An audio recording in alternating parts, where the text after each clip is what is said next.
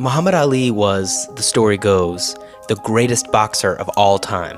But that's not why he'll be remembered as the greatest. Yeah, he was incredibly fast in the ring. Not a heavyweight in the world fast enough to stop me. I'm handsome, I'm fast, I'm pretty, and can't possibly be beat. Ali's greatness is all about the other punches he threw. He always made boxing about something much bigger than himself. I'm gonna fight for the prestige, not for me, but to uplift my little brothers who are sleeping in concrete floors today in America. You know how great I am. I don't have to tell you about my strategy. Let my trainer tell you. Bodini, come here. Bodini, tell him, what are we going to do? You're going to float like a butterfly and sting like a bee. The morning of February 25th, the day of the big fight. Now we'll see the craziest weigh-in in all boxing history. I saw Sonny Liston a few days ago, Cassius. Ain't he ugly? He's too ugly to be the world's champ. The world's champ should be pretty like me. Well, he told me to bet my life that you wouldn't go 3 rounds. Well, if you want to lose your money, then bet on Sunday. All set now. World heavyweight boxing title. The real drama around this fight was whether this hysterical man-child was going to lose his nerve, whether he was going to show up, and whether he was going to get killed. Very slippery. Greatest of all time, greatest athlete, ambassador, human being of all time. The challenger is jabbing all. Float like a butterfly, sting like a bee. In the 6th round, when Liston went back to his corner, Liston was a beaten man. We win. Sonny Liston not coming out! Sonny Liston is not coming out! He's out! The winner and the new heavyweight champion of the world is Cassius Clay! My son going and in 1964, he became heavyweight champion of the world, upsetting Sonny Liston, the 7-1 favorite. Electrified, and there he was, right in front of me, and a whole bunch of other newspaper men pointing down to us like this. I told you exactly what I was going to do. That's Sonny Liston, and I just turned 22 years old. I must be the greatest. I'm the king of the world. Hold it. I'm pretty. Hold it, you're not that pretty. I'm a bad man. Wait. I shook up the world. A rematch with Liston was scheduled for November of 1964 in Boston. Introducing the heavyweight champion of the world, Muhammad Ali.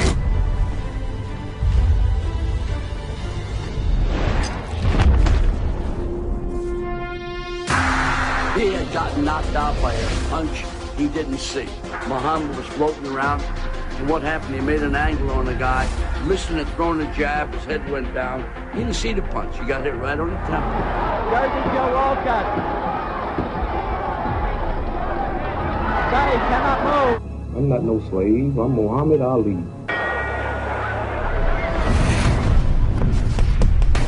With Clay peppering him, and down he goes. He was in a bad spot in the corner, and he is down. 5, 6.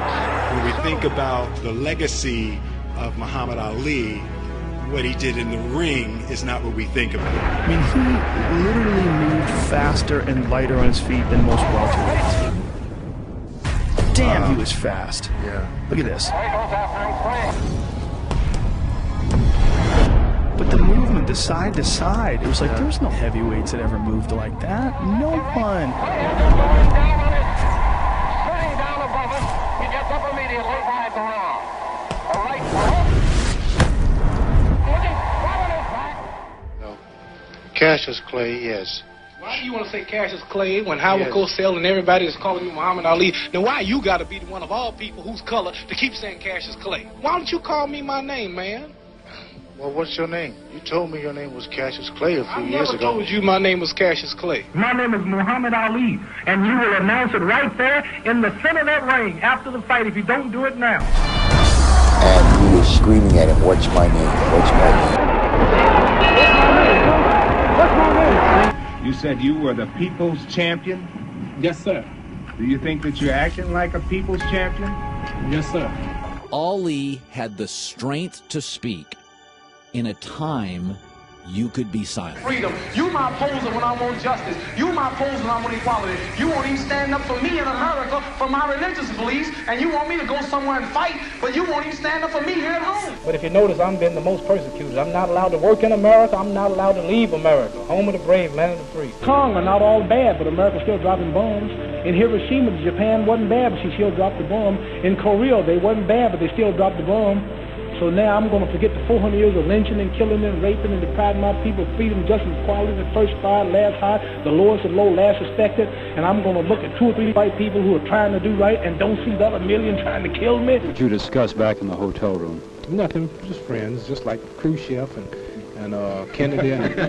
United against oppression and the war. As Muhammad Ali has just said, we are all victims of the same system of oppression, and even though we may have different religious beliefs, this does not at all bring about a difference in terms of our concern. Still brothers. Do you share the same concern that Muhammad has for his draft status? Oh, I certainly do. My views on the draft are very clear. I'm against it. Today, a supreme thought. Ali's return to the ring after a 3.5-year exile. The world never got to see the best of Ali. What you got was plenty, but you didn't see the best of him. The first knockdown of the fight, he took the mandatory 8, and now Ali is behaving like the old Ali. Ali is the knockout winner. 2 undefeated champions, 2 champions of the first rank, and Ali coming back to reclaim in many people's minds what was rightly his, but not against some patsy, against Joe Frazier. Muhammad Ali in the ring in a beautiful, beautiful red and white robe. Now here comes Joe Frazier. Joe Frazier will be here any minute. The young Muhammad Ali would have run circles around Joe Frazier. Look at Ali go. Look at him go. Look at him. Chanting Ali, and Joe says, come on out and fight. But he's just not the same guy. Ali didn't have the speed to avoid punches, but he learned he could stand and fight. A wicked punch.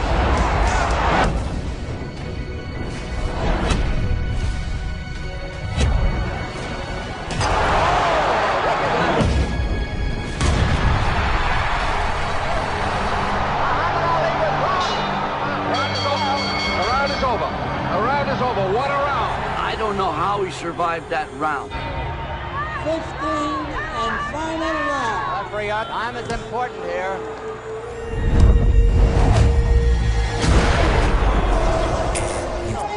Champion of the world, Joe Frazier. Joe Frazier. For the first time in his career, Muhammad Ali was beaten. The question on everyone's mind was whether Ali could ever be the fighter he once was.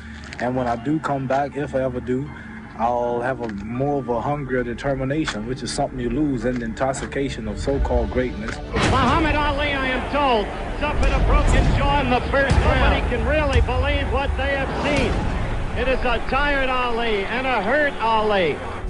I think George Foreman will knock Muhammad Ali out, and it'll end Muhammad Ali's career. Other boxers were scared, handlers were scared. The only person that didn't appear scared of Foreman was Ali. I'll prove to the world that I'm still the fastest, the prettiest, the most classist, the most scientific, the greatest fighter of all time. The time may have come to say goodbye to Muhammad Ali, because very honestly, I don't think he can beat George Foreman.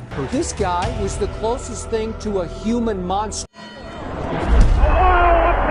By George Foreman. He knew that the one weakness in this monster, who was thought of as unbeatable, was his stamina. Fearless? I had him beat. I really did.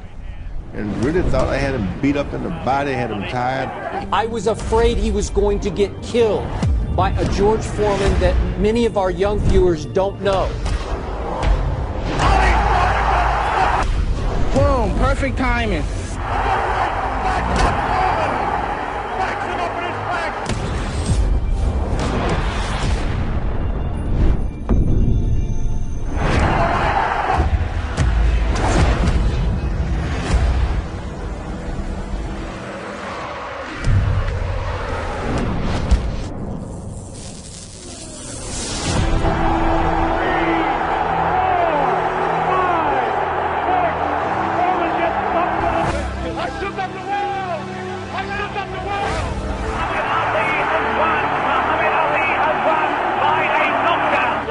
greatest of all time.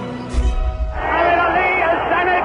The great man has done it. He was, in fact, the greatest heavyweight who ever lived. This brash young man who thrilled us, angered us, confused, and challenged us ultimately became a silent messenger of peace. Round 5, the champion Ali says, I'm putting you away now. Get ready, you're going down. He was one of the most influential people of the 20th century and one of the most dominant athletes in the history of sports. I'm the greatest of all time. Cassius, how do you rate yourself as a fighter? I wouldn't want to do too much bragging about it, but everybody that watches me fight or everybody that has witnessed one of my bouts, they say that I am the greatest that they've ever seen. Everybody stop talking now. Attention.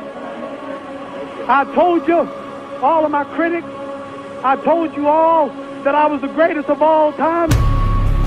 Oh, he was the greatest man I ever met. To say he was the greatest boxer is a put down. He was bigger than boxing. He was bigger than anything. I have a lot of speed and a lot of endurance. If you're signed to fight me, increase your insurance. Mohammad Ali, one of my great heroes, had a great line in the 70s when he was asked, how many sit-ups do you do? He said, I don't know, because I start counting only when it starts burning.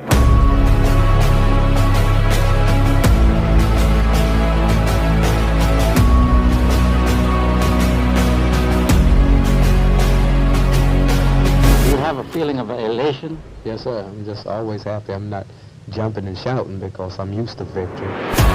All you chumps are gonna bow when I whoop him. All of you. I know you got him. I know you got him, Dick. But the man's in trouble. I'm gonna show you how great I am. Have you ever been knocked out? Never dreamed of being knocked out. There's not a man in the world to beat me. I am the greatest fighter of all time. And when I hit you with a hard right hand, you will fall.